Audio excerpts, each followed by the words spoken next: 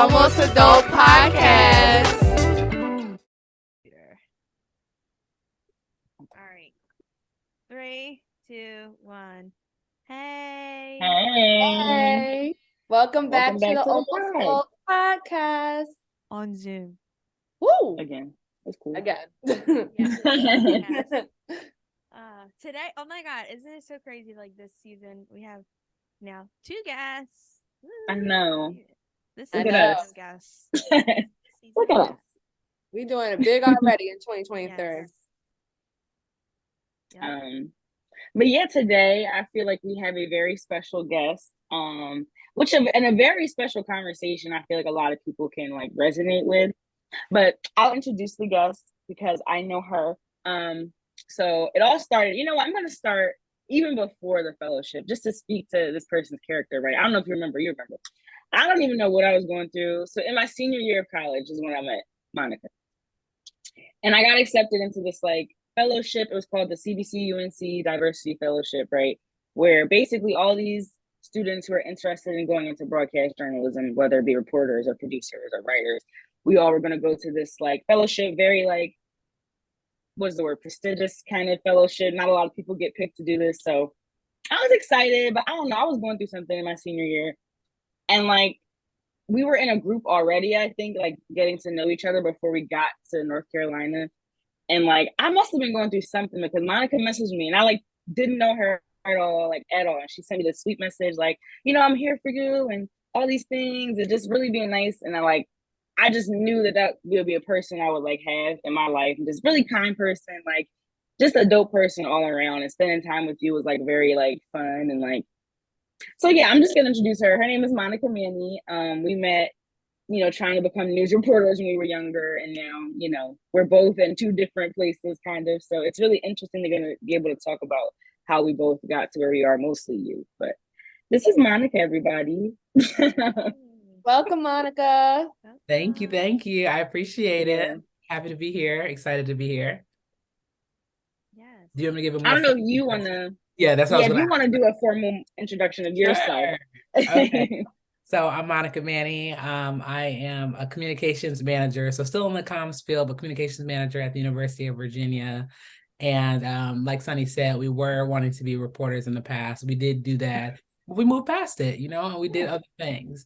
I also own Compass Career and Development Services, which is my baby. And basically, it's just career literacy. I learned from a young age that there's a lot of things that people don't know about protocols and things like that, and resumes and interviewing and cover letters, and it costs them the job. So my whole goal is to bridge the gap between access and success, and helping people like me and people in marginalized communities kind of get up to speed on career like development things. I don't know, y'all. I just made that all up. It sounded good. I'm just saying. It did sound good. It was a roll. Yeah. But yeah, so that's who I am. That's what I do. And I'm really excited to be here. Thank you so much for having me. Yes, thanks so much for joining us. We're so excited for you to be here. And we're so excited to talk about this because this is important. Absolutely. I feel like we talk about, wait, can you hear me, guys? Yeah. Oh, because my thing, you know, like on Zoom, your screen goes like green and someone's talking. It's not for me, so I thought I wasn't talking. Anyway, but like another funny story is Sunny like sent me over your information after like drama with my job, and I literally like that day reached out to you. You got back to me super quick, and I was like, she needs to be on the podcast. Like, oh my God. Like, I was telling her, I was like, she's so great. Like, I could just reach out. I don't care. Like, we need to have her because it's very important in adulthood to just like learn about like what like career wise, like how to get a job, resumes and all that. Like some things that like people don't really understand or know. Like even as an adulthood in today. Yeah. So I was like, yes, we need to have her on. And I immediately, I agree. Yes, please. So yeah, we can get into it. I'm gonna ask a couple questions first to start us off.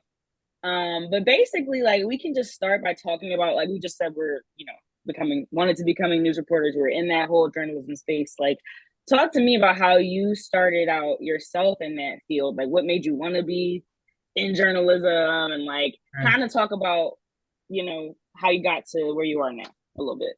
Sure. So, first of all, I have a very deep voice. It just is what it is. Anytime I'm on the phone, I tell you, anytime they call me sir, every time, I Oh swear, my gosh. every single time. No, So, they don't. I promise you they Yo. do. I promise you they do every single time. It never fails.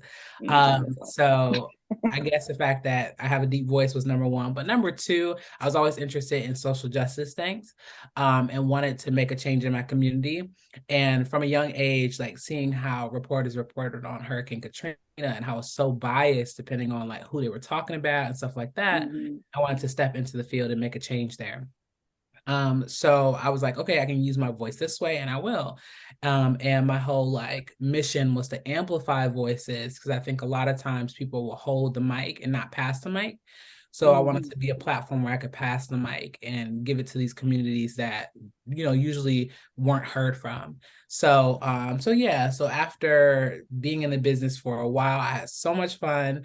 I just realized that I had reached kind of the pinnacle of what I wanted to do. I was a morning reporter in Charlotte, and my whole team was like an all Black team, and it was amazing. Like it was so cool. But then I was just like, if I've reached this point and it is everything that I want and I'm still not satisfied, then I need to go ahead and make a change, right? So I left the business and became a communications manager, which also gave me more time to focus on Compass. And Compass just, it came about because when I was in middle school, I always tell a story. When I was in middle school, I went to a public school. I know shade at public schools. Public school raised me. But public school. And I remember in 8th grade, instead of having like any type of like sex ed or anything, they just gave us a baby and was like, learn how to take care of this baby. And I was just like, what is that saying about, you know what I mean? Like what they think about us, right? Then I went to high school, and I went to a private high school, and they had me feeling like I could go into any room I wanted to. I messaged the main news anchor in Buffalo and was like, I want to come see the studio. And he didn't respond. So I emailed him again, like, I want to come see the studio, until he answered. And then I went and saw the studio and had a continuing relationship, ended up doing an internship there. So my whole thing is I want to shift that like narrative of this is what you will be. Here's a baby, learn how to take care of it, to you deserve to be in whatever room you walk into. Let me give you the tools to be able to walk into the room and show out. So yeah. Okay. And I know we did jump into Compass a little bit, but I did want to ask you, like, when did you start building this, and like how did it become like from an idea to now what it is today? Like, Sure. So when I was in college, I interned in the career development office, and that ended up happening because I spent so much time there that I was just like, y'all, come on, like just make me an internship. I'm already here, so let's do this. So they made me an internship, and I interned there. And then I just loved resumes. Like it is a strange thing to love, but I love resumes so bad, and I love making them, and I love talking about them and all that stuff. So I would do resumes for friends and family and stuff like that. And then I also realized that my interviewing skills, like I understood how to interview and kind of the nuances of interviewing. And I was just like, why didn't I help people on a larger scale? Because I'm playing. So in 2020, during the pandemic, I really put my head down and did all this research and, read all these books about resumes and interviews and things like that. And was like, I'm going to build a business. And I actually have I'm going to show you again with my nails covered because they're broke. This one right here is a compass. And it was before Compass was even existed. And my partner and fiance now was like, why don't you name it Compass? And I'm like, that I feel like that feels good because it's giving direction and all that stuff. So yeah, and Compass came about in 2020.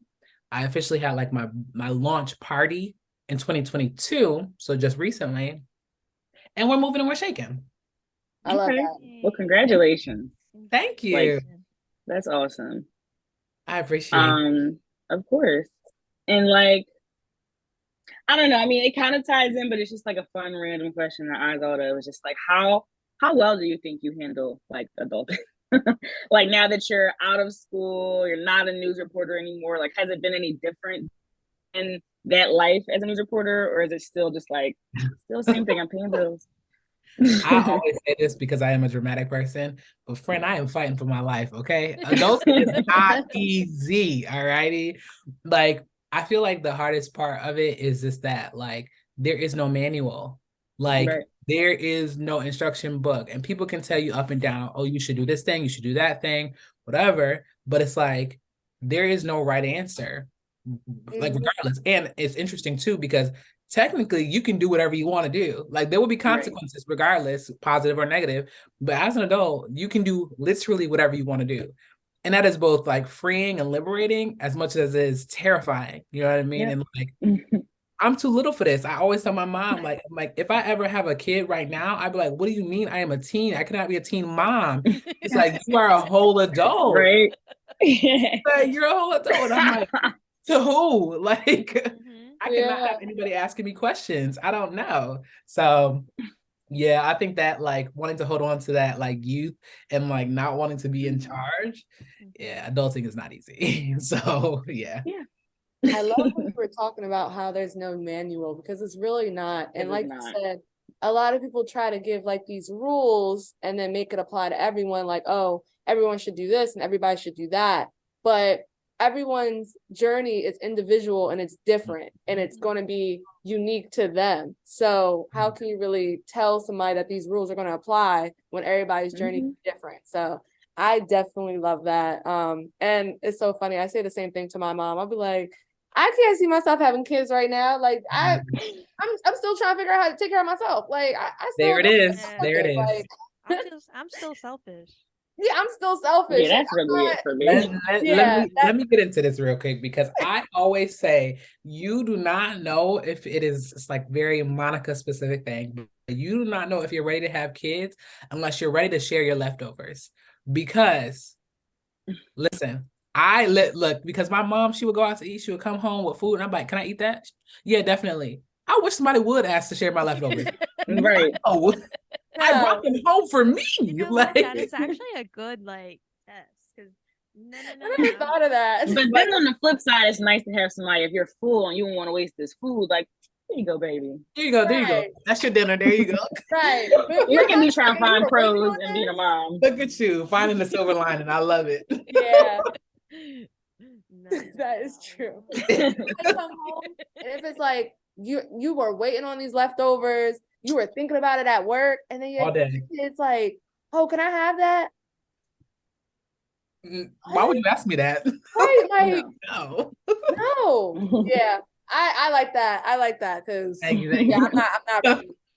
So I'm gonna ask you questions regarding let's get into like your resume writing in general, and what should people include in a resume. So the first thing I want to ask is, what is a piece of advice can you provide for our almost adulters, us included, who are struggling to climb the corporate ladder? First question I would ask you is that really what you want? Or is that the rule that the world is telling you that you want, right? Shit. Like start there. Y'all are best. I'm trying. But yeah, ask yourself, is that really what you want? Or is that just like we talked about, is that in the manual, right? And then secondly, I would say just making sure that you have what I call a brag sheet. I love it. And I always tell people to keep a brag sheet. Do not wait until your annual review to write down all of the things that you've done throughout the year. Constantly keep notes. At the end of the week, at the end of the day, have your brag sheet right. I did this, I did that. So that when times comes up, you can be like, I did all these things. And I think a third thing is find a problem and solve it. Like if you see a problem at work, at your job, just say like, I can figure out how to solve this, and then you will become an asset to the company, right? Because you were able to find an issue and solve that issue. So I would say those things. Ask yourself first if that's what you want. Make sure you keep that brag sheet. And I forgot the last thing, whatever I just said. That's a part of my almost adulting. Problem solving. Thank you. So yeah. No, I love that. I think that's really important. Especially the bragging sheet. I have been doing this one thing. It's not a bragging sheet, but I've been like, my job uses Slack a lot. So I would like screenshot you're killing it. Oh, you're doing a great job. And I'll put it in like this collage in my Google Keep.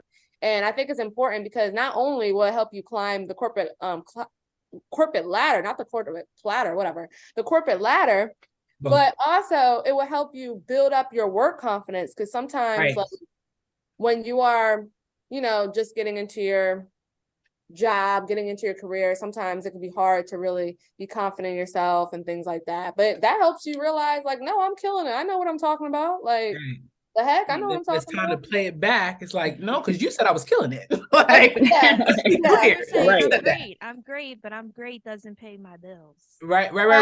I'm great, and where's the and? Okay, right. It's like, okay, well, if I'm so great, then why am I not making great money? Why am I not having a great salary? Like, I'm making okay money, and I yeah. can't do it. Look, people say act your wage, okay? Act your wage.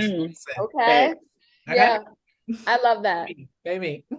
So, you were just talking about interviews and talking about how great you are at interviews. So, can you explain what is the CAR method and how can it be used to ace an interview? Good question. So the CAR method is I just completely blank. The CAR method basically is challenge, action, and result. So you want to talk about a challenge that you experienced, what action you took specifically, and what the result was. So if you like took over social media, for example, you can say you increase the amount of followers by this amount by doing this thing. And I think interviewing in general for me and what I teach people is all about storytelling. You want to talk about like take your resume basically and find a specific example for each job, and then when they ask you that question, tie it into that story, and being able to have that challenge, action, result implemented into the story. Yeah, I love that. And how can it be used to ace an interview? Like, why should you do this? What's the point of this? Yeah, because I mean, your interview is all about like respectfully flexing. Like, you want to make sure that you are talking yourself up in a way that's like, I've done all of these things. I am this person. I am an asset to your company if you hire me. And that's what it is, or when you hire me, because we speak into existence, right? So when you hire me, I will be an asset to your company because I've done boom, boom, boom, right? So I think that that's the importance of having that CAR method implemented so they know that you're about that action and that you don't play and you are serious about the work that you do. And that also, you can handle challenges, right? You can handle challenges and make sure that there's a specific result based off of the action that you specifically did. That is so true. I 100% agree with all of that. Thank you so much. Or is someone about to say something? Did I just interrupt you? Okay, my bad. I'm sorry. I was being an active listener. Okay. Okay. And also, talking about resume building again, what are your tips to actually building a resume, an effective one that people actually call you for? Sure. Let's talk about those do's and don'ts. So I think there's a lot of things that are outdated on resumes that people don't realize are outdated, like your address. Your address should not be on your resume, because an example I always give is number one, people can judge you off of that zip code, because there is zip code discrimination, excuse me.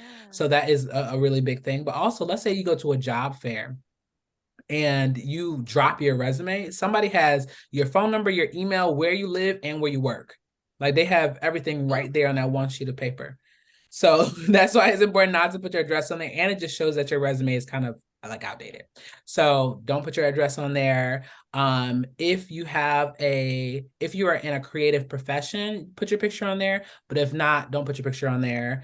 Let me think. Write a professional summary. I love professional summaries. I think they are so fancy and so cute, because basically it just boils down all of the stuff that, like, it boils down everything that you are. So they can right off the top say, oh, this is exactly what this person is about, right? Bullet points, not paragraphs. People don't use paragraphs. I'm going to give you guys a pop quiz real quick. Do you know how long a recruiter looks at your resume for? A minute? Okay. No, I feel like that's too long. Is it? Like 45 seconds. Right. Okay. 30 seconds. 30 seconds, 45 seconds. What you got for me? I got 1 second. I'm doing prices right. I know, that's what I was thinking too. That's funny. Yeah, I was thinking 30 seconds, 45 seconds.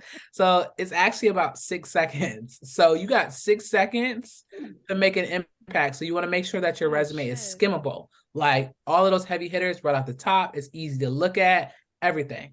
So Make sure that your resume is skimmable. Make sure you got the strong action verbs right off the top, and make sure that it's results driven because people want to know what you've done. Make sure you have those percentages, excuse me. If you increase something, if you decrease something, if you streamline something, you're gonna put all of that in there. Do not put references available upon request. They know that. They don't need you to write that on there. So yeah, I guess those are my top resume tips. Your name should be the biggest thing on the page. Yeah. That's good. Thank you. No, those are good. Definitely the address thing too. I'm so big with that too, because I just feel like, first of all, they don't need to know all that yet. They don't. They didn't even have, like, why do you know where I live? You trying to rob me? Right. What's Imagine they lose your resume somewhere. Like, right. Like, what's going on?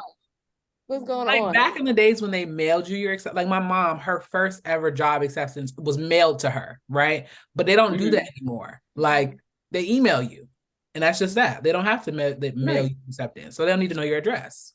I can't even imagine getting, like, they mail, and what if like the mail person like loses that? Like, I don't know, like that's wild to me. Like, wow, I never really thought of that. Right. No, that is crazy. That career fair thing is definitely, I never thought of that either. Like, dropping it, somebody really has all of my information now. Like, like, no, I agree with all of that. And the last thing I want to ask is, how many times you should update your resume and LinkedIn per year, and why? Your resume is a working document, so you should always be updating it. Or if you're not updating the resume, having that brag sheet accompanied with it so that you can always be, like always be updating as you need to. I would say, how often do I look at my resume, if I'm being honest? I look at resumes all day, but I think I look at my resume probably like monthly just to check it out, just to make sure that it is like updated. But I'm also not looking for a job right now, right? But if you're looking for a job, you need to be updating it kind of consistently. Is that what I want to say? Do you need updating consistently? If you're looking for a job, you need to have updated it recently, is what I want to say. Yeah, that's what I want to say. You should have updated it recently, and you need to stay on top of that brag sheet to resume pipeline. I just made that up. The brag sheet to resume pipeline needs to be strong. And LinkedIn, I would say you update it every time you accomplish something, right? So if you get an award, pop it on there. If you get a new position and you have new roles, pop that in there. But yeah, I would say it depends on where you are in your career. It depends on what you're looking for. So got it. Okay. Yeah. I definitely thank you for that, because I was like thinking like I definitely need to start updating my LinkedIn and resume. So I appreciate that, and I'm pretty sure I feel like a lot of people kind of forget to update it until it's time to look for a job. So that's the worst time to do it because you done forgot. It's like when people ask you like, "What's your favorite thing to do?" and you're like, "I've never done anything ever." Like you just forget everything. It's like it's the same with your resume. You're like, did I do anything my ever? Resume. I was like, do I even do anything? What Same. I was like, wait, do I like what have I done? I had to go through the Slack and like go through my emails, like, what did I do? Like what is even my title? Like, what am I doing? So what am I doing here? What am I doing here? All that. Yeah. So definitely. Yes. Tying into that, like the updating resumes and stuff. Can you hear me? Yeah. Okay. Now we can. Okay. Can you hear me now? Good. Yeah. Okay. We revising. So talking about that, because updating your resume and LinkedIn, I just want to ask you, like, when do you know like it's time to like go? Like it's time to find a new job? Like, that's a good question. Your opinion. I actually have a book about that, when you know it's time to go. I think when you can't, the biggest reason I think is when you can't grow anymore. Like if you are done growing there, then you're kind of stagnant. I mean, at the end of the day, if that's what you're comfortable with, you want to stay there because you're comfortable there, stay there. But it's time to go if you are not growing and you want to be growing, all about what you want. If you have like some difficulties with the boss who is trying not to let you succeed, We need to make sure that we need to go for that because sabotage is real and we don't need that in our lives, right? Let me think what else. Obviously, I think you need to go if the company is closing. Like you don't really have a choice. But that's a top that you kind of need to go immediately. But I would say the whole thing about like the boss and thing about growth, like if you want to be climbing that corporate ladder and you are not given opportunities to grow in the space anymore, then you need to find a space where you can grow. And that brings me to another point that's a little bit different. But when you are applying for jobs, if you are 100% like your roles and whatever matches the job 100%, you don't need that job. You need a job where you are not matching the roles 100%. Because they're like, you only need to match about 75%. But think about the fact that if you match it 100%, then there's no area for growth, right? So yeah. Wow, I would say I have a question. Sorry. No, I'm so go sorry. Ahead. My bad. It made me think about something else. It's just like, how do you like what if you see a job and you know that it's like maybe it says like senior level or mid-senior level, and you know you're like at like kind of like associate. Like when do you feel like because I know for personal like experience, like I can get insecure looking at it. I feel like I don't have the experience for that. Or, like maybe I don't meet all these things. I meet some of it. But how do people feel like confident in like pushing for those kinds of jobs? Honestly, the worst thing they can tell you is no. Like that's true. So for me, it has always been seriously like you miss 100% of the shots you don't take. Like I'm gonna apply regardless, and if you tell me no, you tell me no. But I refuse to tell myself no before you even get the chance to tell me no, right? Because it's like I could be making this salary that's like twice my salary. Like my salary now is twice my salary that it was in news.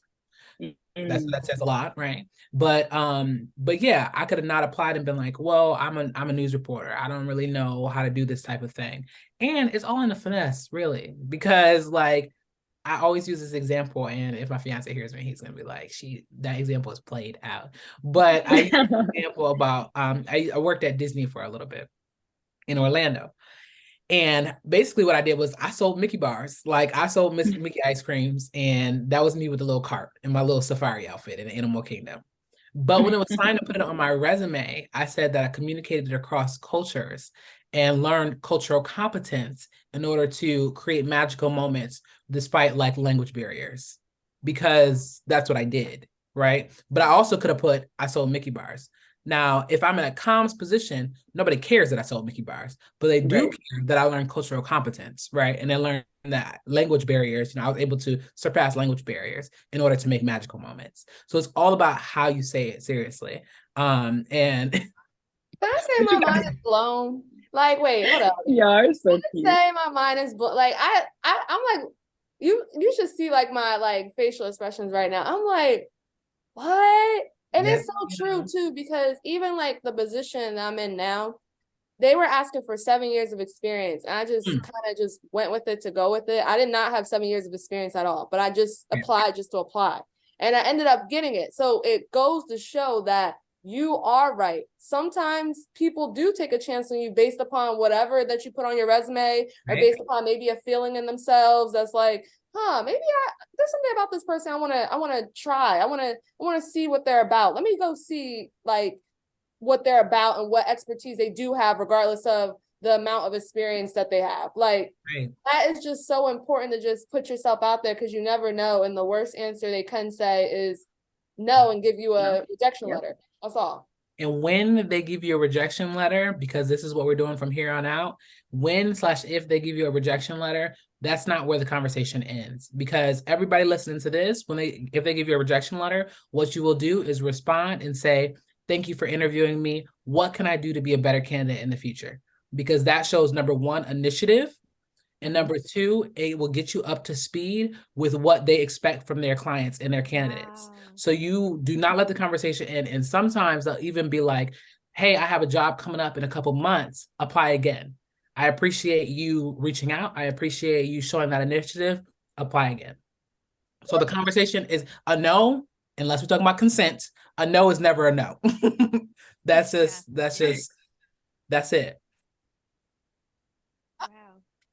I feel like I did that a couple times. Oh, go ahead. Go ahead. No, I've done that a couple times, and like even though I may have chosen not to like apply to anything like they've, you know, had, it helped me also, like, not even just like for them to remember me, but it helped me just like, okay, like, I can do better in XYZ interviews saying different things, or it can help me to maybe take that out of saying and you know what I mean, just things to help me to grow when I'm interviewing. But yeah, they better book Compass after all this. They better book. They better book Compass.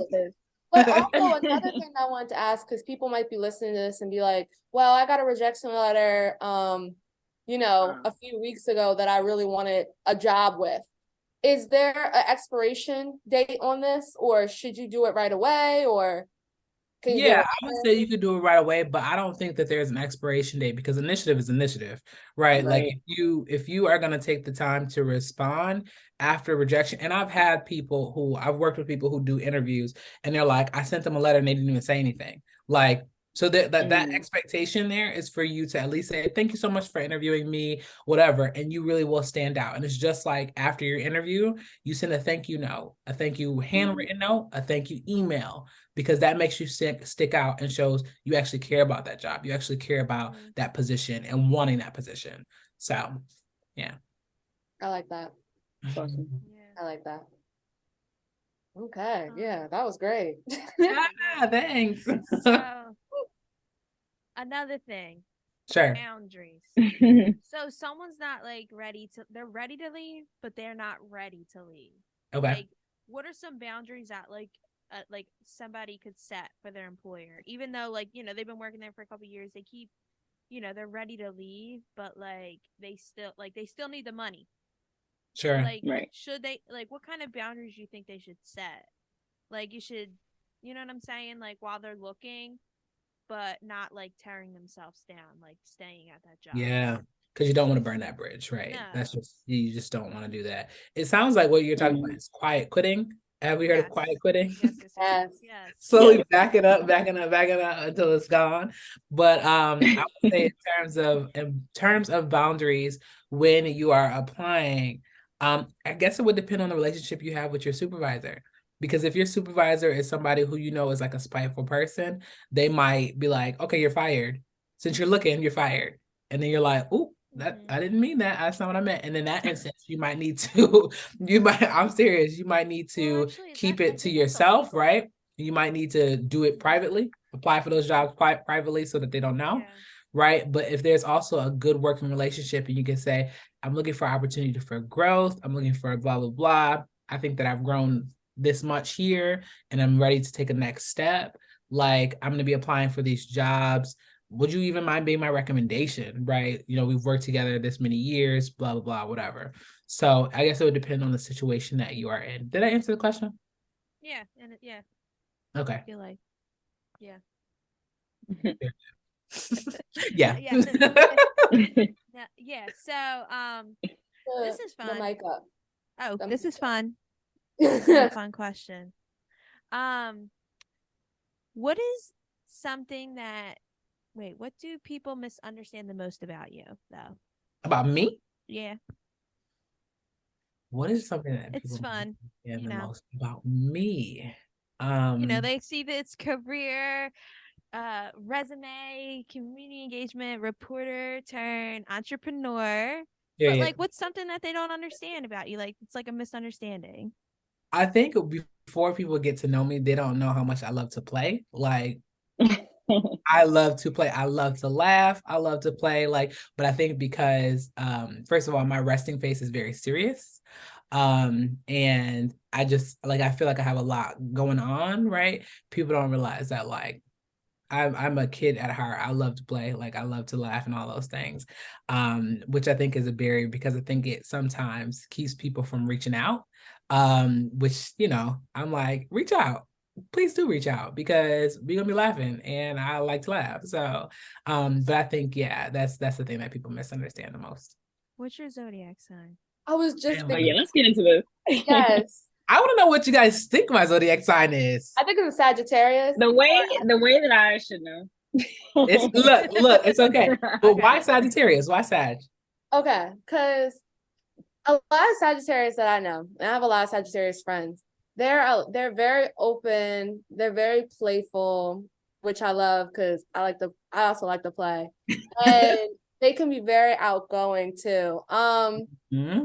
So I was thinking of Sagittarius. And I do see like a fire passion there. So that's why I think Sagittarius. But then I was thinking like fiery, so it could possibly be because I feel like Sunny would have said Leo if it was a Leo. Because she's a Leo. So I don't know. I remember. Like how Becky was with our last guest. Pisces sisters, you have been like Leo sisters. Yeah, so you would have remembered that. I know Sunny would have remembered. Yeah. No, I am a Taurus through and through. Oh, I knew I'm a true Taurus. Earth sign. Okay, yes. I knew you were. I was torn between Capricorn and a Taurus because Capricorns, they are serious, right? But they do have this underlying feeling of wanting to be silly. Yes, like, I know a lot of Capricorn women that are like that, and I know a lot of Taurus women who are playful and fun, but are very like driven, like work heavy, like too. Do you know your other signs though, like your big three? I'm forgetting my third, but it's Taurus, Scorpio, and I can't remember my third. Okay. Yeah. I like that. Well, hey, Earth sign sister, I'm a Virgo. Okay, Virgo. Yeah. So hey, and I'm also a Scorpio rising, so I have like the Scorpio. Oh, yeah, probably, yeah. I know, similar. But yeah, so I see that. I am Taurus. I am true. Like everything that a Taurus is me. Like it is. Every time I see something about a Taurus, I'm like, rep me. Okay, that's right. So. Are you an April Taurus or a May? I'm a May Taurus. I knew it. Oh God, I love May Tauruses. The better. They are better. I need to say that because my sister is an April Taurus and May Taurus are just better. Yeah, I'm not gonna lie. Oh, we all on the same page. I appreciate that. We're big in astrology too. So when's your birthday? May the 6th. So my birthday is 5696. Wow. That's awesome. Oh, that's cute. Oh, thank you. It also doesn't help that I'm 5'6", so it's like a. Oh, I'm cracking up. Wow. That's so cute. Wow. I like that. Okay. Here's another fun, lighthearted question. Okay. What's one adulting tip that you think everyone should know about? One adulting tip that everyone should know about. It doesn't have to be about resumes or careers. It could be something silly. It could be something really serious, or just something like you think like everyone needs to have this in their own manual. I would say something about saving money, but I'm not good at saving money, so that would make me a hypocrite. So I'll probably say spend. I love Doris. I love to spend. But yeah, I would say something about saving money. I would say also just remembering that your mental health is your like whole body. It is your whole being. It is so important. And I would say don't ignore your mental health, because I think it's easy to, for me at least, it's easy for me to be like, why am I sick? Like, oh, I must be sick because I'm doing this, and that, or I got this going on, or because I like was near this person, or whatever. But mental like health and deterioration of mental health can manifest in physical deterioration. So I think it's so important to watch that, because yeah, you'll look up one day and be like, damn, I'm sorry, I'm cussing on y'all podcast. We curse. Oh. It's cool. Just in this episode. Okay, I was trying to keep it clean. There's so many times where I've been like, nope, that's not the word you want to say. But yeah, sometimes you look up and just be like, damn, I am so low and I can't figure out why. And you would hate to, from experience, you would hate to hit that bottom when you just didn't see the signs going down. So yeah, it's real. You know what I mean? Mental health is real. So definitely. Yes, it is. Definitely agree. Yes. Wow. I like this has really been great. Like it was nice to like see you and catch up, but it was nice to have this conversation that really a lot of people I know can use. You know what I mean? So it's just really like a blessing to have you. Yes, thank you. You think you know like resumes and Right. getting a career, Seriously. and there's always like something. I feel like something new. Like I learned. Yes. Like I'm like, damn, wait, I know, hold right? up. Like we Right. need to talk about ATS. We didn't talk about like all these other things, keyword search, all that stuff. So there is so much. There's so many other things that like go into resume. So yeah. Right. This was a great Yes. conversation. Yeah. I feel like not only everyone is going to learn, but we also learn based upon our Yeah. questions. I saw me and Becky at the same time drop our mouths like So this was definitely a great like conversation. I thank you so much for coming on here, and I'm pretty sure we all thank you so much. So yes, yeah. yes, plug yourself. Plug. Yeah. Plug. Go ahead and Okay, so if you're interested in any type of resume help, if it is just a review, if it is a full like blown rewrite, whatever that is, if you need interview prep, like a crash course, or you need a cover letter writing, definitely reach out. Reach out at compasscareer.org. And you can make an appointment. And I do have free 15-minute consultations where we can just kind of chat it up, have a conversation about what you're interested in and how I can help you. So yeah, and also follow us on Instagram because I do not make a fool of myself on Instagram for nothing. Okay. So doing these reels and whatnot, please do follow us at Compass Career X. So yeah, follow us on Instagram, make an appointment online, even if you don't even know what you want to do. Like I'm sure people who I've worked with will tell you, once you start talking and once we get to talking, you realize so much about the work you've done and about all this other stuff. Thank you. Absolutely. I am one of the witnesses. Yes. Like we were talking, I was like, oh shit, I do a lot. Seriously. Yeah. And sometimes you just need to talk it out. So that's definitely my role here. So yeah. Yeah. Love that. Thank you so much. You are so welcome anytime. And you ladies let me know if you need anything too. Of course. All right. All And right. there you have it, guys. Thank you so much for coming. Thank you no so problem. much. Thank you for having me. Yes. And